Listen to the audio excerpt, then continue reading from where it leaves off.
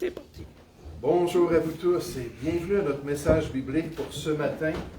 Bienvenue à une nouvelle exhortation des Écritures dans les voies du Seigneur. Bienvenue à un encouragement à aller de l'avant. C'est ça notre thème ce matin. Aller de l'avant dans la volonté de Dieu en 2024 et ainsi viser du progrès dans les voies de notre Dieu. Du progrès dans la volonté de Dieu, dans l'appel que Dieu a pour chacune de nos vies. De l'avancement spirituel pratique pour la gloire de Dieu. Des transformations concrètes pour l'honneur de notre Sauveur. Pour lui être de plus en plus agréable, pour lui ressembler de plus en plus dans cette nouvelle année de grâce. Le progrès spirituel dépend de deux choses. Premièrement, la volonté de vivre selon la parole de Dieu, c'est toujours lié ensemble. On se soumet aux Écritures, on accepte le plan de Dieu tel que révélé dans sa parole, qu'on peut aller de l'avant en mettant en pratique ces vérités spirituelles. Et deuxièmement, la volonté d'accepter toutes les conséquences qui en résulteront. Et je veux juste vous dire qu'il y a deux hommes qui ont accepté dans les derniers mois de venir avec moi et d'aller faire du porte-à-porte. Ces deux hommes-là, ça n'a pas été long après qu'ils ont dit oui, qu'ils ont eu des problèmes. Il y a eu des choses, puis des tensions, quand on va de l'avant, qu'on prend de bonnes décisions, des bonnes résolutions pour la gloire de Dieu. On peut s'attendre à ce que l'ennemi nous dise qu'il n'est pas d'accord avec cela et qu'il nous mette de la pression spirituelle. Mais j'aimerais qu'on puisse considérer ce défi de progresser dans les voies de Dieu en 2024 à partir de la première épître aux Thessaloniciens, au chapitre 4. La première épître aux Thessaloniciens, au chapitre 4, dans tout le Nouveau Testament, pour moi, c'est le passage le plus clair sur ce besoin qu'on doit garder à l'esprit de ne pas avoir de plateau spirituel. Moi, ça fait 37 ans que je suis dans le Seigneur, je pourrais dire, j'ai changé en 37 ans, c'est terminé. Non, de ne pas avoir de plateau spirituel, de ne pas avoir de statu quo, de toujours dire, vous avez 70 ans, vous avez 80 ans, de toujours dire, Seigneur, certainement que quelque chose d'autre dans la stature parfaite de Christ, Éphésiens chapitre 4, versets 12 et 13, quelque chose que je dois pratiquer pour pouvoir te glorifier ici-bas. 1 Thessaloniciens chapitre 4, à partir du verset 1, on nous dit « Au reste, frères, puisque vous avez appris de nous comment vous devez vous conduire, on va décortiquer ça dans un instant, et plaire à Dieu. Et c'est là ce que vous faites. Amen. Nous vous prions et nous vous conjurons au nom du Seigneur Jésus de marcher à cet égard de progrès en progrès. Vous savez en effet quel précepte nous vous avons donné de la part du Seigneur Jésus. Ce que Dieu veut, c'est votre sanctification. C'est que vous vous absteniez de la débauche. C'est que chacun de vous sache posséder son corps dans la sainteté et l'honnêteté, sans vous livrer à une convoitise passionnée, comme font les païens qui ne connaissent pas Dieu. C'est que personne n'use envers son frère de fraude et de cupidité dans les affaires, parce que le Seigneur tire vengeance de toutes ces choses, comme nous vous l'avons dit et attesté. Car Dieu ne nous a pas appelés à l'impureté, mais à la sanctification. Celui donc qui rejette ses préceptes ne rejette pas un homme, mais Dieu qui vous a aussi donné son Saint-Esprit. Donc, alors qu'on écoute ce message, cette exhortation, cette prédication, il ne faut pas dire « Ah, ça c'est le pasteur là, qui est en train de nous dire son avis sur la vie chrétienne ». J'aimerais plutôt vous encourager à dire peut-être que c'est vraiment le Seigneur qui est en train d'adresser des changements qu'il veut dans votre marche de tous les jours, pour que vous puissiez progresser, pour que vous puissiez aller de l'avant. J'aimerais vous dire, moi, ça m'excite. Ça m'excite de juste changer des petites choses. Ce n'est pas des grosses résolutions, mais de dire, Seigneur, je veux faire ça de plus. Seigneur, je veux m'appliquer encore plus dans cet aspect-là de ma vie. Je suis prêt à avancer dans un autre égard dans ma marche chrétienne. Et moi, je vois ça comme juste positif en dépendant de la grâce de Dieu et en glorifiant le Seigneur alors qu'on le fait.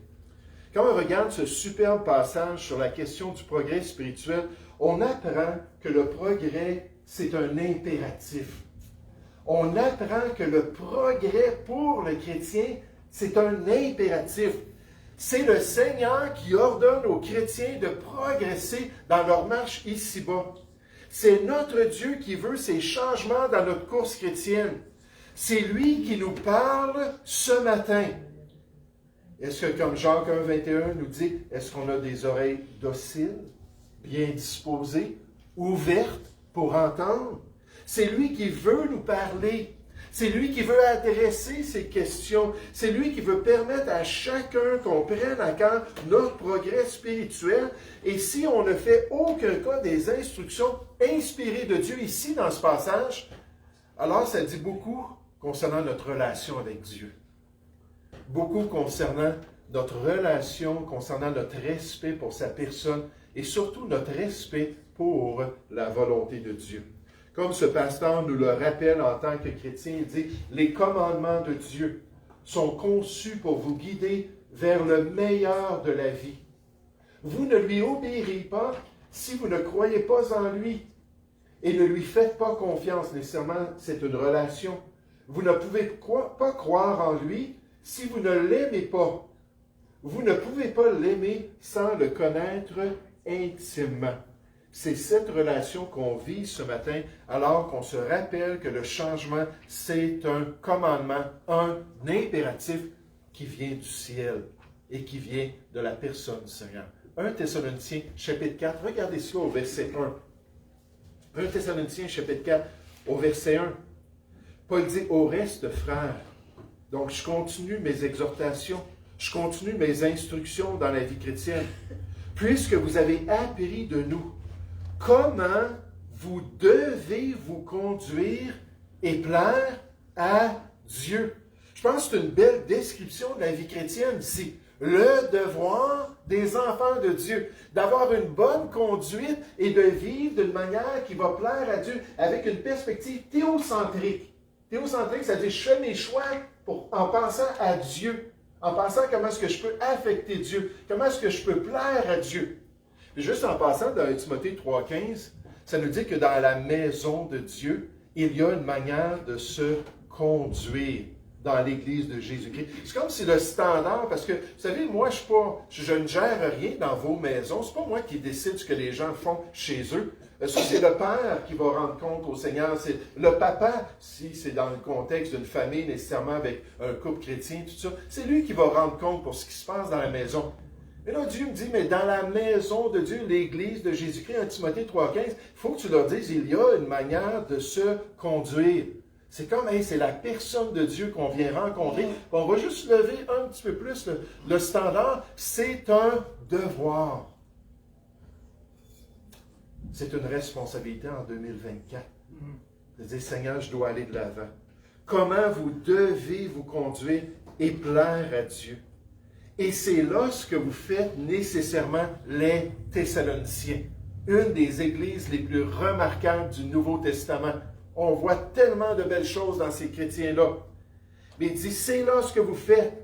Nous vous prions et nous vous conjurons au nom du Seigneur Jésus, pas au nom du pasteur Rousseau, au nom du Seigneur Jésus, de marcher à cet égard de progrès en progrès, alors qu'on se conduit encore mieux, alors qu'on plaît encore plus au Seigneur, de progrès en progrès, de progresser dans votre bonne conduite chrétienne, de progresser pour plaire de plus en plus au Seigneur, pour le glorifier de plus en plus dans ce monde. C'est le Seigneur Jésus qui nous le demande. Notre texte nous dit, nous vous en prions. Donc voici ce qu'on vous demande dans les voies de Dieu. Et nous vous conjurons, nous vous exhortons fortement. C'est du sérieux ici ce matin. C'est quelque chose qui est pressant. Il y a un empressement spirituel en 2024. Mais il dit, nous vous prions et nous vous conjurons au nom de notre Seigneur Jésus, de marcher à cet égard de progrès en progrès. A.W. Tozer nous rappelle l'importance d'être prêt à obéir et dans notre cas ici, à progresser.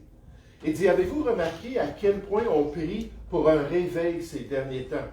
Lui avait remarqué ça, les gens disaient, ça prend un réveil dans l'Église de Jésus-Christ, ça prend un retour au premier amour, ça prend un retour au service chrétien, ça prend un retour à la louange de Dieu. Il dit vraiment là, qu'on fasse ces choses-là de tout cœur. Il dit, combien peu de réveils ont abouti de ces prières? Il dit, voici pourquoi. Je crois que le problème est que nous avons essayé de substituer l'obéissance par la prière. Seigneur, fais un réveil. Le Seigneur dit, oui, mais je parle à ton cœur ce matin. Oui, j'essaie d'avoir ton attention. J'essaie de t'amener à cette place où tu vas dire, Seigneur, comme Saul de Tarse, que veux-tu que je fasse? Moi, personnellement, comment est-ce que je peux m'améliorer? Comment est-ce que je peux changer? On substitue l'obéissance par la prière. Il dit, cela ne fonctionnera tout simplement pas. Alors Jésus a dit, pourquoi m'appelez-vous Seigneur, Seigneur, et ne faites-vous pas ce que je vous dis? Luc 6, 46, je pense. Mais pourquoi? Pourquoi est-ce qu'on n'est pas obéissant? Il faut obéir à Dieu pour lui être agréable et pour accomplir sa volonté dans ce monde. Ce qui veut dire pour nous qu'il faut être prêt au changement en 2024 pour la gloire de Dieu. Je vous donne un exemple de beaux fruits qui pourraient se produire dans la vie d'un chrétien s'il décide de suivre Dieu. Sarah est une chrétienne qui luttait avec son obéissance à la parole de Dieu. Elle allait régulièrement à l'église, pourtant, participait à des études bibliques et priait avec diligence. Mais elle ne parvenait pas à abandonner complètement certains domaines de sa vie à la volonté de son Sauveur. Un jour, Sarah est tombée sur un sermon puissant qui la mettait au défi de vivre véritablement sa foi et d'obéir concrètement à la parole de Dieu dans tous les aspects de sa vie. Là, elle a compris que le Seigneur est le propriétaire de toute ma vie. Tout est à lui.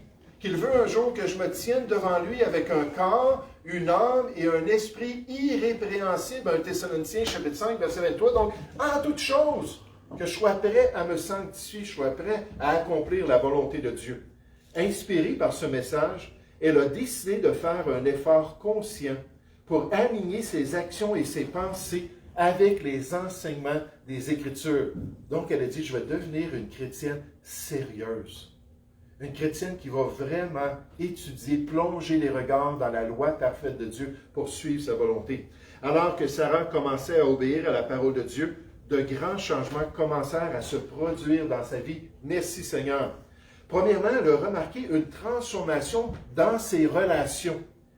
Elle avait toujours eu du mal à pardonner, s'accrocher à des rancunes et des ressentiments. Cependant, en appliquant les principes bibliques du pardon, elle a fait l'expérience d'une nouvelle liberté et d'une restauration de ses interactions avec les autres. Ses relations sont devenues plus profondes et plus significatives à mesure qu'elle a appris à aimer inconditionnellement et à pardonner les autres comme son Sauveur le faisait. Imaginez comme Sarah en 2024, comme nos relations pourraient s'approfondir. Comme on pourrait développer là, cet amour. La Bible nous dit dans Colossiens 3, au verset 15, que l'amour, c'est le lien de la perfection. Des relations qui seraient vraiment merveilleuses. Si on pourrait juste saisir ces vérités-là en 2024. Deuxièmement, Sarah a été témoin d'un changement significatif dans son caractère personnel. Elle avait lutté pour se maîtriser, cédant toujours aux tentations et se livrant à des habitudes destructrices. Mais en adoptant les principes d'autodiscipline et de justice trouvés dans la parole de Dieu, elle s'est libérée des chaînes de la dépendance et des comportements destructeurs. Vous connaîtrez la vérité vous affranchira. C'est ce qu'elle a expérimenté. Elle a fait l'expérience d'une véritable liberté et est devenue un témoignage vivant de la puissance transformatrice de Dieu. Finalement, la nouvelle obéissance de Sarah à la parole de Dieu l'a amenée à découvrir le véritable but de sa vie. Elle avait toujours ressenti un profond désir de faire une différence dans la vie des autres, mais elle ne savait pas vraiment comment.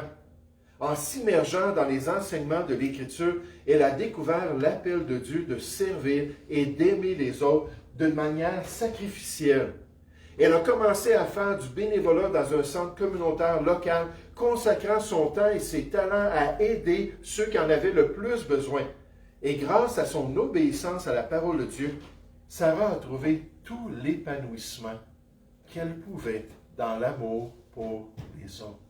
Acte 20-35, il y a plus de bonheur à donner qu'à recevoir. L'histoire de Sarah est une illustration puissante de grands changements qui peuvent se produire lorsqu'un chrétien choisit d'obéir et de tout son cœur de suivre la parole de Dieu. Une telle obéissance démontre le pouvoir transformateur de la vérité de Dieu et l'impact qu'elle peut avoir sur tous les aspects de la vie. Alors ce matin, est-ce qu'on peut juste se rappeler que le progrès, c'est un impératif? Le progrès, c'est ce que le Seigneur nous demande. Qu'on puisse prendre ça à cœur, qu'on puisse vraiment dire, oui Seigneur, je veux être obéissant pour accomplir ta volonté. Mais considérons ensemble aussi le fait biblique que le progrès inclut la pureté personnelle. Le progrès inclut la pureté personnelle. C'est comme si l'apôtre Paul parle de ce concept-là qu'ils avaient déjà entendu, qu'ils pratiquaient déjà, d'être prêts à servir le Seigneur, à vivre pour lui, à lui être agréable. Puis là, il rentre dans des détails. Puis nécessairement, Thessalonique, merci Seigneur, ma femme et moi, on a pu visiter la ville de Thessalonique en Grèce. C'est une ville remplie de corruption, de souillure spirituelle. C'était terrible tout ce qui se passait dans cette ville-là. Toute la pression pour suivre le sentiment social, la conversation culturelle, se livrer à toute la débauche comme les autres personnes. Puis là, eux, ils étaient dans ce contexte-là, puis Paul leur rappelle, dans le progrès, il y a toujours une place pour la sanctification. Il y a toujours une place pour la consécration. Le progrès dans notre sanctification pour Dieu inclut la purification de notre marche chrétienne, devenir plus pur pour lui. Cette consécration à la volonté du Seigneur inclut des changements en accord avec sa nature et en particulier avec sa sainteté. Ce besoin de marcher dans la lumière comme il est lui-même dans la lumière, 1 Jean chapitre 1, versets 5 à 7 nous dit cela, pour être en communion avec lui. Et Pierre l'a rappelé aux chrétiens de la dispersion en leur disant d'une manière très claire, « Mais puisque celui qui vous a appelé est saint, vous aussi soyez saints dans toute votre conduite, selon qu'il est écrit, vous serez saints, car je suis saint. » Donc ça, c'est l'idéal de Dieu, nécessairement. C'est le plan de Dieu pour chacun de nous. Mais souvent, vous savez, je pensais à ce verset-là, à ces deux versets-là, puis souvent, on ne va pas jusqu'au verset 17.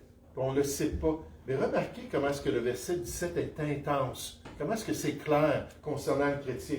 C'est-à-dire, si vous invoquez comme Père celui qui juge selon l'œuvre de chacun, donc dans votre conduite, dans la manière que vous vivez votre vie chrétienne, sans acceptation ou sans favoritisme, conduisez-vous avec crainte, avec un profond respect pendant le temps de votre pèlerinage. Parce que Dieu dit, je veux que tu progresses, et Dieu dit, je veux que tu progresses dans ta pureté personnelle.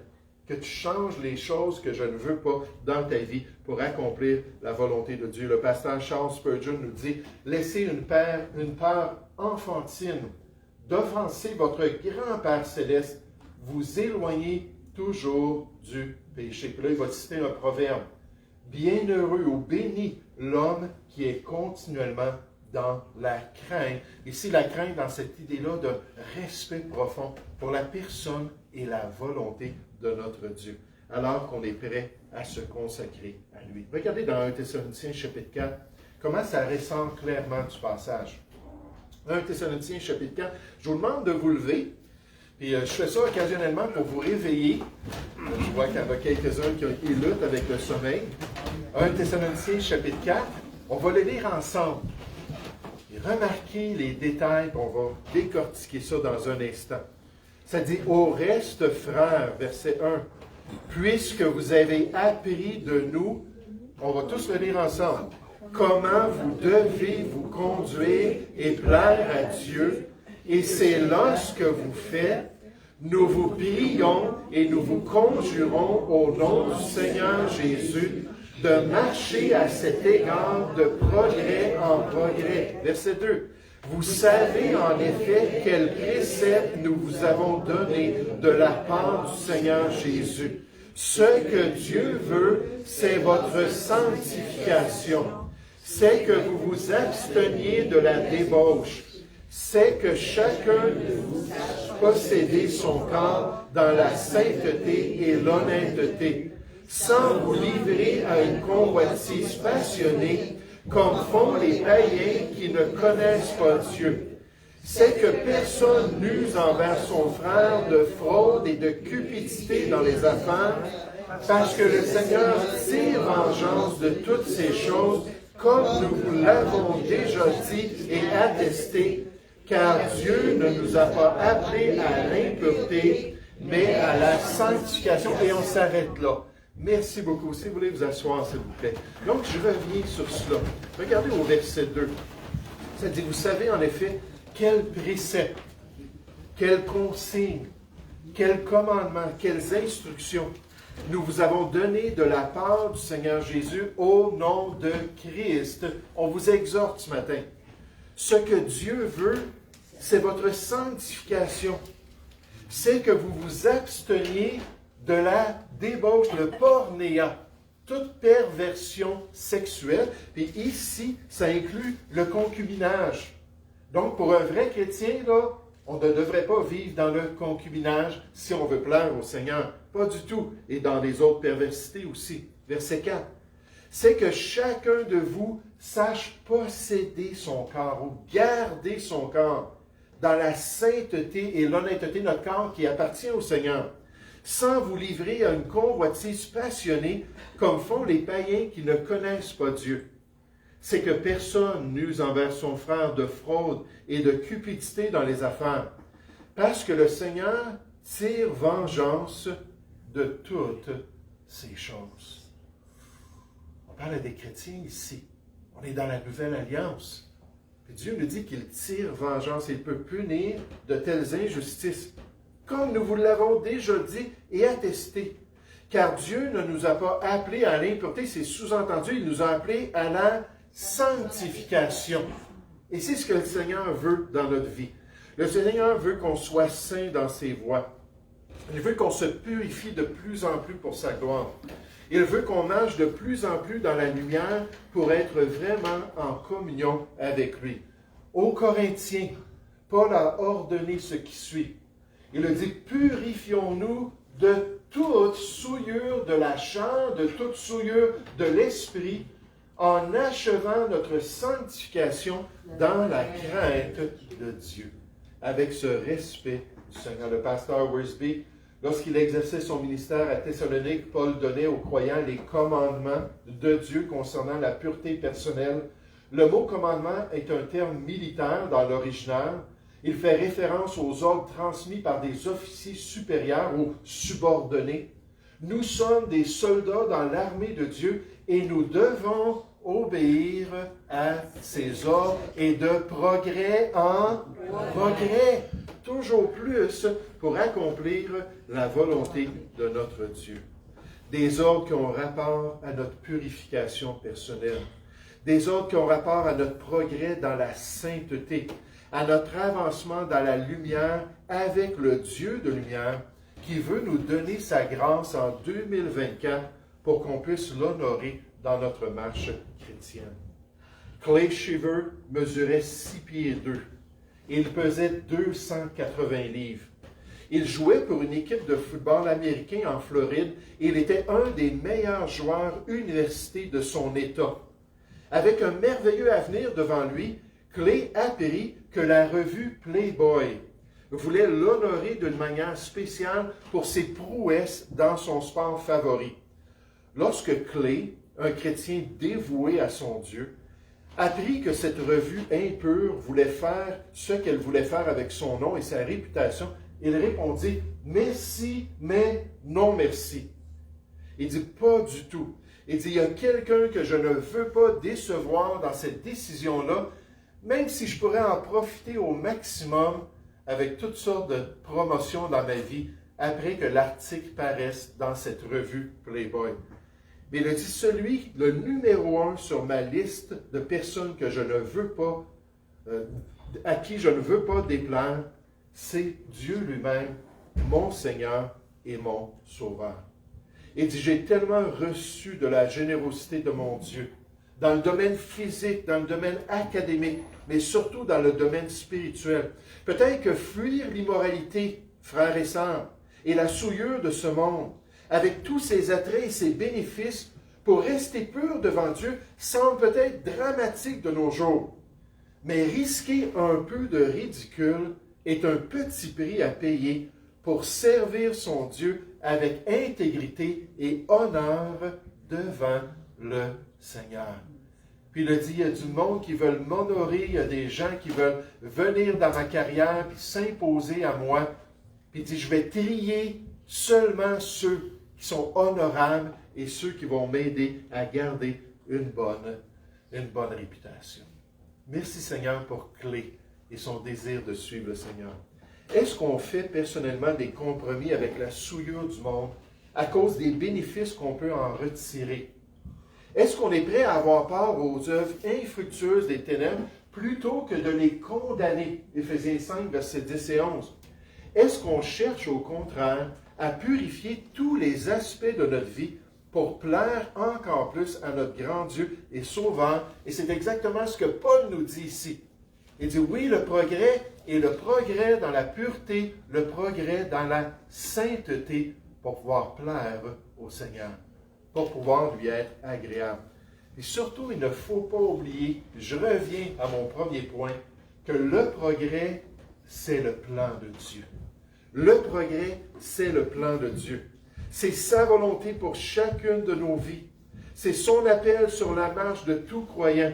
C'est ce qu'il nous appelle à accepter et à désirer jusqu'à son retour. On l'a déjà cité un peu plus tôt. Et ça nous dit ainsi, mes frères bien-aimés, à la lumière de la résurrection, à la lumière qu'on s'en va dans le royaume de Dieu, soyez fermes, inébranlables, travaillant de mieux en mieux à l'œuvre du Seigneur, sachant que votre travail ne sera pas vain dans le Seigneur. Puis moi, en tant que pasteur, une des choses que Dieu a mis sur mon cœur, c'est de prendre plus de temps, puis de me donner encore plus à l'étude des Écritures. M'assurer de plonger de plus en plus les regards dans la parole de Dieu. Comme Paul le dit à Timothée dans 1 Timothée 4,13, il a dit « Donne-toi tout entier aux Écritures pour que tes progrès soient évidents pour tous. » Puis dans toutes sortes d'autres domaines, le Seigneur est en train de me montrer, après toutes ces années-là, les choses dans lesquelles je peux progresser, que je peux avancer pour la gloire de mon Dieu. À la lumière de la réalité de l'éternité, à la lumière de la croix du calvaire, à la lumière du fait que ce que nous faisons sur cette terre déterminera l'intensité de notre expérience au ciel. J'aime bien comment cet auteur le dit. Paul dit « Travaillez de mieux en mieux dans le Seigneur, sachant que votre travail ne sera pas vain dans le Seigneur. » Une grande partie de ce que nous faisons avec notre temps, notre énergie et notre argent est vaine. Une grande partie de ce que nous faisons va s'effondrer, disparaître, s'envoler. Mais ce que nous faisons pour le Seigneur, le culte que nous lui rendons, le travail que nous faisons pour lui, les dons que nous lui apportons dans son Église ne seront pas en vain. Même s'il semble que ce que vous faites pour lui n'a pas un grand impact autour de lui, et je pourrais dire avec Jocelyn que c'est bien le cas même dans l'évangélisation directe, qu'on va parler aux gens. J'aurais bien aimé qu'il y en ait qui viennent ici, qui viennent se tourner vers le Seigneur. Même Nancy a un bon contact de Mme Jutras. Là, cette semaine, elle a dit « Non, mon fils ne veut pas d'études », puis ainsi de suite. Hier soir, je disais à mon épouse, comme ce serait intéressant s'il y avait de ces contacts-là, qu'on visite, des personnes qu'on est allé évangéliser, qui venaient à l'Assemblée. Ils ont toutes les coordonnées là, sur les dépliants, sur les Bibles qu'on leur donne, et qu'ils puissent venir pour voir la parole de Dieu. Et quel beau fruit, n'est-ce pas? Quel encouragement. Mais ce n'est pas en vain. Travaillez fort pour le Seigneur. Continuez à le glorifier dans ce monde. Le Seigneur ne vous paie pas à la commission, il vous paie pour votre travail. Abondez dans son travail. Il ne vous paie pas en fonction de votre réussite dans son service, il vous paie à l'heure. Soyez simplement fidèles à faire ce à quoi il vous a appelé et laissez les résultats entre ses mains. Améliorez-vous dans votre service et votre récompense sera entière de sa part. Le pasteur J. Corson. Regardez dans Thessaloniciens chapitre 4, Comment est-ce qu'on voit ça dans les versets 1 et les versets 8, encore une fois, c'est juste pour ramener cette réalité-là. Ce n'est pas le pasteur qui pousse ça en 2024, c'est le Seigneur qui veut ça dans ma vie. Verset 1, au reste, frères, puisque vous avez appris de nous comment vous devez vous conduire et plaire à Dieu, et c'est là ce que vous faites, nous vous prions et nous vous conjurons au nom de notre Seigneur Jésus de marcher à cet égard, de progrès en progrès, sauter au verset 8, celui donc qui rejette ses préceptes, ses instructions, ses commandements. Ce sont des commandements, des impératifs du Seigneur. Celui qui rejette ses préceptes ne rejette pas un homme, mais Dieu qui vous a aussi donné son Saint-Esprit, qui vous a donné l'équipement pour obéir, l'équipement spirituel pour progresser, pour porter du fruit, plus de fruits encore, plus de fruits pour la gloire de Dieu, alors qu'on saisit cette grâce-là et qu'on avance dans les voies du Seigneur. Oh, le professeur en théologie D.S. Dockery dit, voici les arguments derrière ces exhortations à une éthique chrétienne.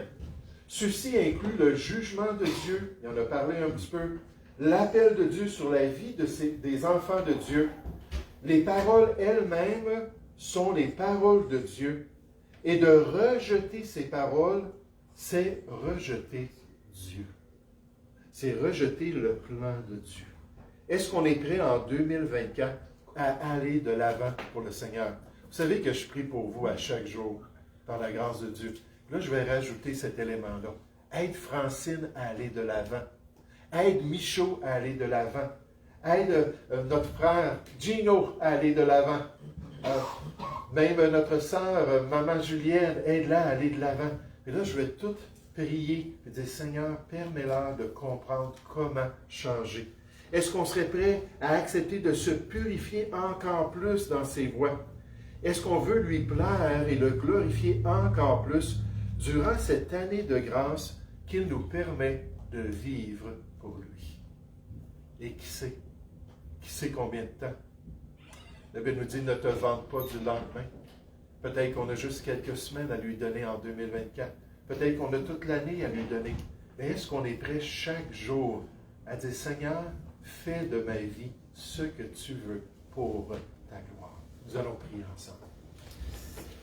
Oui, Père Céleste, Seigneur, je te remercie pour ce beau passage des Écritures. Je te remercie aussi pour ce défi qui nous est présenté. Alors qu'on commence cette nouvelle année, Seigneur, on sait que c'est tabou de parler de résolution. Mais peut-être devant toi, Seigneur, il y a des questions. Il y a des questions que tu veux qu'on aborde. Il y a des sujets que tu veux qu'on examine. Il y a des pratiques que tu veux qu'on élimine peut-être. Comme ces athlètes dans les compétitions de l'époque qui étaient prêts à s'abstenir de toutes sortes de choses. 1 Corinthiens 9, 24 pour gagner une couronne corruptible. Mais nous, Seigneur, tu nous dis qu'on peut gagner une couronne incorruptible. Est-ce qu'on serait prêt à mettre des choses de côté? Est-ce qu'on serait prêt à se consacrer encore plus? Et ma prière pour moi-même, ma famille, nécessairement pour ta famille, Seigneur, c'est que ça soit le cas. Qu'on se souvienne de ne pas avoir peur d'être zélé, d'être fervent d'esprit, de servir notre Sauveur en 2024. Seigneur, nous te prions au nom du Seigneur Jésus. Amen. Je vais vous demander de vous lever, s'il vous plaît, en terminant. On va tourner au numéro 303. Le numéro 303.